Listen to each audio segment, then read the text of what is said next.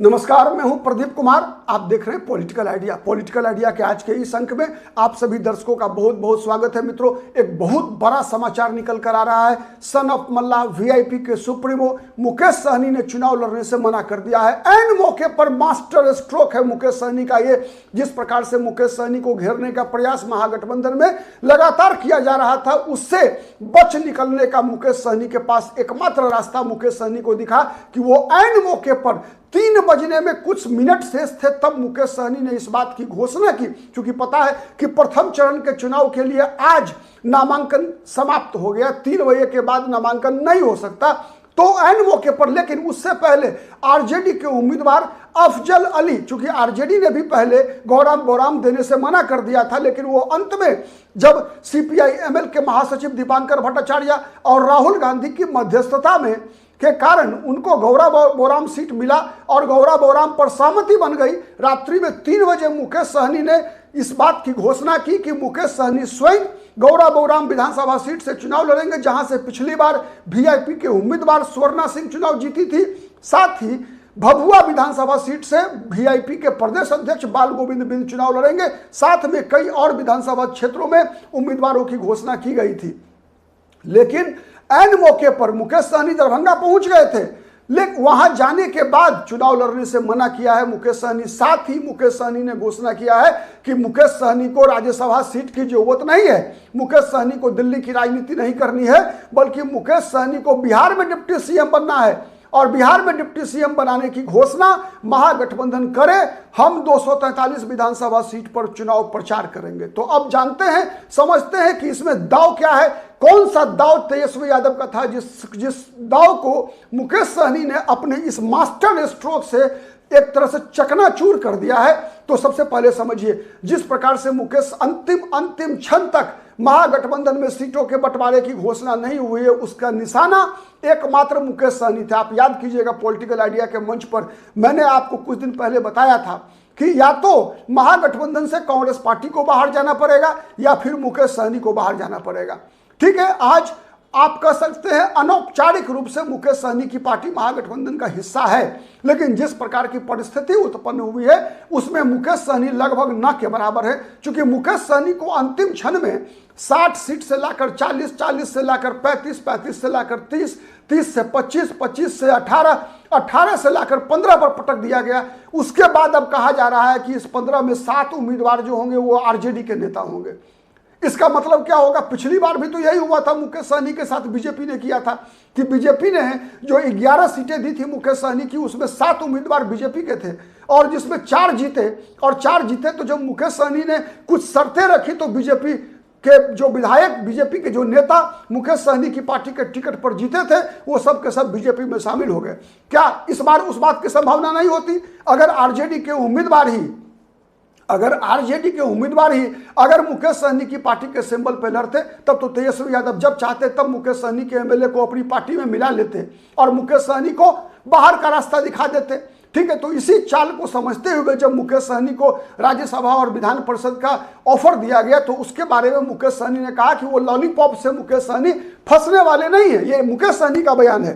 ठीक है, मुकेश सहनी को बिहार का डिप्टी सीएम बनना है और मुकेश सहनी तभी बिहार में महागठबंधन के लिए अब चुनाव प्रचार करेगा 243 विधानसभा सीट पर, जब मुकेश सहनी को डिप्टी सीएम बनाने की घोषणा पहले करेगा महागठबंधन। तो ये एक अलग प्रकार की स्थिति जो है महागठबंधन के अंदर उत्पन्न हुई है। ठीक है, और महागठबंधन के अंदर जो इस प्रकार की स्थिति उत्पन्न हुई है, इसका कहीं ना कहीं आप देखेंगे आने वाले दिनों में महागठबंधन को नुकसान हो सकता है। और मुझे जहां तक लगता है कि इस बात की संभावना तेजस्वी यादव पहले से समझ रहे थे। तेजस्वी यादव ने तय कर लिया था कि मुकेश सहनी को महागठबंधन से बाहर करना है।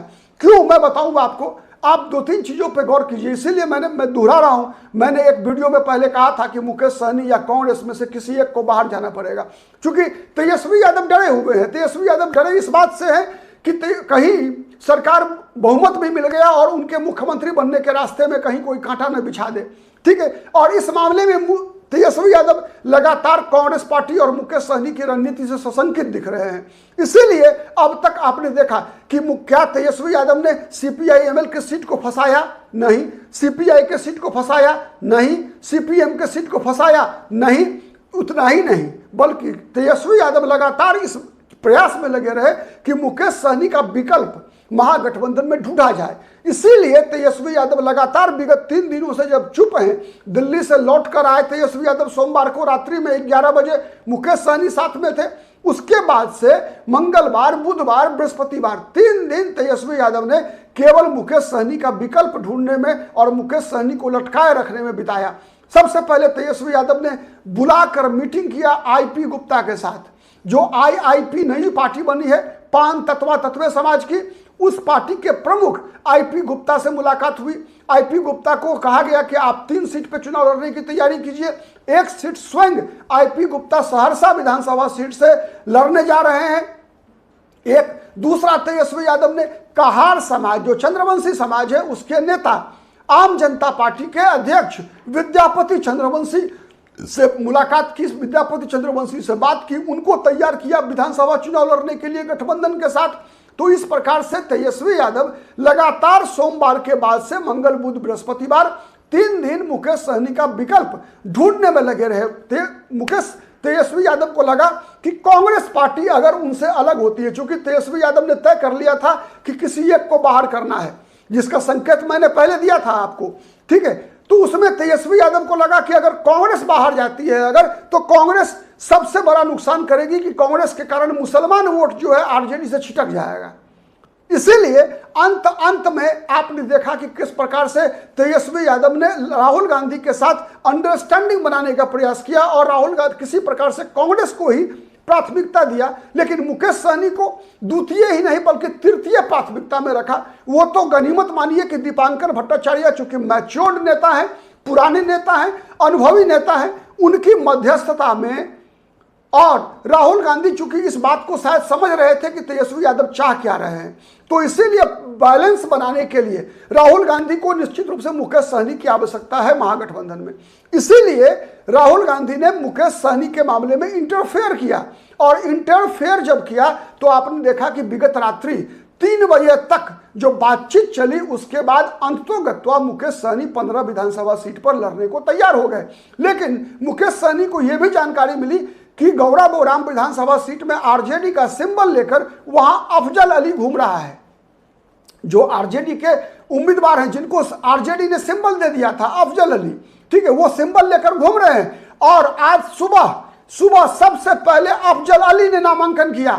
उसके बाद मुकेश सहनी को दांव समझ में आ गया कि अरे यार ये क्या हो रहा है। अगर कोई गौरा बौराम में, आप सीधा सोच कर देखिए मित्रों, कि अगर गौरा बौराम में आरजेडी के सिंबल पर जमा हो गया, आरजेडी का सिंबल जमा हो गया, आरजेडी के सिंबल पर अगर अफजल अली चुनाव लड़ गए, बाद में तेजस्वी यादव ने डिसओन भी कर दिया, अगर कह दिया कि नहीं ये हमारे उम्मीदवार नहीं है, तो क्या सिंबल जो जमा हो चुका है, तो क्या उनको लालटेन छाप नहीं मिलेगा?